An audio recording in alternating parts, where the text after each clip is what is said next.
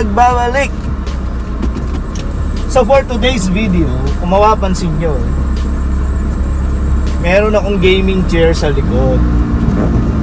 So hindi po yan yung bagong gaming chair. What?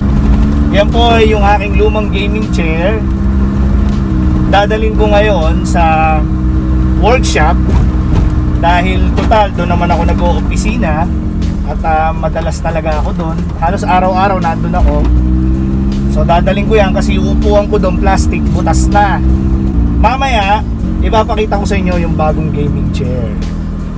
Kaya magkita-kita tayo mamaya. Peace out.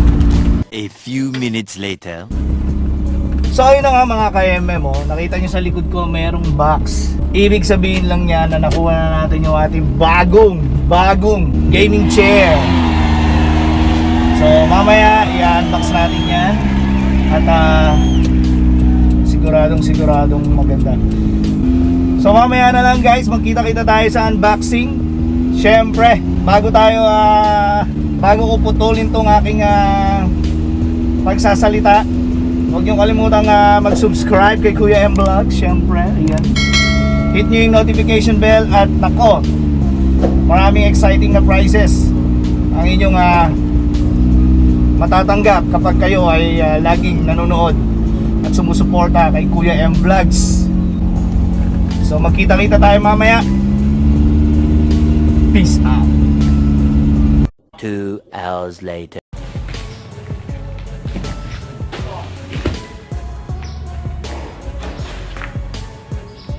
So ayan guys, ayan yung bago nating gaming chair, RONIN gaming chair. I-unbox natin yan. Buksan natin. Lagyan natin sa kwarto.